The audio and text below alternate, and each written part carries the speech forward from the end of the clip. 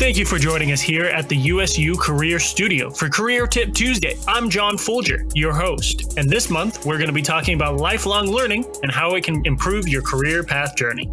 Today's Tuesday tip is going to be all about the science behind learning capacity. Today, we're going to get a little bit more scientific than we normally do. A short disclaimer with some of the stats and things that I'm going to be referencing. I am not a neurologist, and the majority of things that I'm about to say, I simply Googled. So you don't have to. As any good student knows, I will use the most reliable sources I can find, but I will do what I can. And here we go. It is estimated that the average human brain has a capacity of 2.5 petabytes, or 1,000,000 gigabytes of information. All of the learning or life experiences that we encounter in our lives is processed in different forms of memory. These different forms of memory can be very simply put as short-term memory and long-term memory. Think of short-term memory as the things that are going on right now. For our very simple purposes, we'll say that short-term memory lasts in about a 5-minute window. Sensations last for seconds, while some information is only stored for a couple of minutes to complete a task, then is dumped to make room for new information that is coming in. Long-term memory, again, this is very simplified, is the information that is stored for longer than that 5-minute window to be used again down the road.